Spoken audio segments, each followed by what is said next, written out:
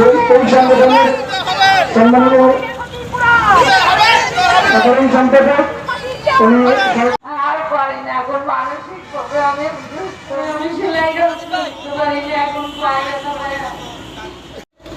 জাতীয় শ্রমিক দলের সম্মানিত দোয়া করে যাচ্ছি, আপনারা আমাদের জন্য দোয়া করবেন।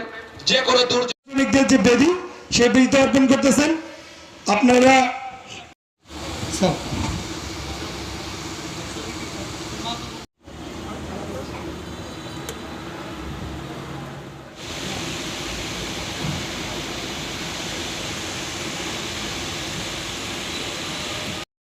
কাজ করতেন।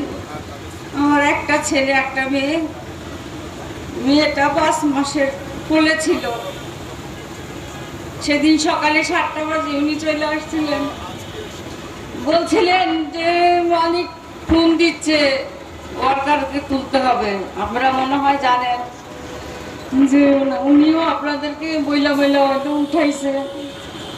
এই জন্য আমাদেরকে অনেক টর্চার করা হয়েছিল। মনে করছিল যে আমার স্বামী নাকি লুকায় আছে, কিন্তু আসলে সে লুকায় ছিল না, সে এখানে মারা গেছিল। 13 দিন পরে আমি তার লাশ পাইছিলাম।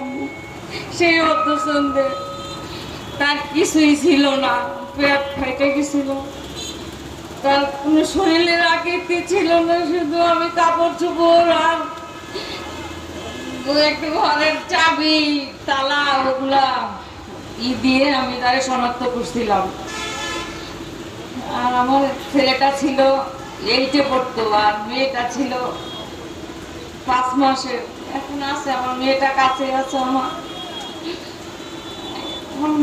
আর কি বলবো বলেন, আমি আজকে 13 বছর ধরে আমি সংগ্রাম করতেছি এই 2টো বাচ্চা নিয়ে।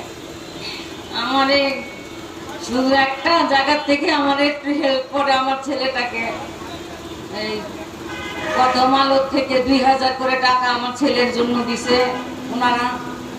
এ পর্যন্ত অনার্স পর্যন্ত ওনারা আমার ছেলেটাকে টাইনা আনছে। আর তারপর আমার মেয়েটা, ছেলেদের বাদ দিয়ে আমার মেয়েটার জন্য, আমার মেয়েটার আমি প্রাইমারিতে পড়াইছিলাম। কি করবো, খরচ চালাতে পারছি না। প্রাইমারিতে পড়াইছি, পরে ওইখানে 5-এ যখন উঠলো তখন আমার মেয়েটার অ্যালাউ না, 4-এ ওঠার পর আমার মেয়েটার অ্যালাউ করলো। পরে আমার মেয়েটারও এখন ছেলেকে বাদ দিছে। ছেলে এখন মাস্টার্স ভর্তি হয়েছে। ছেলেকে বাদ দিয়ে আমার মেয়েটাকে 2000 করে টাকা দেয়, সেটা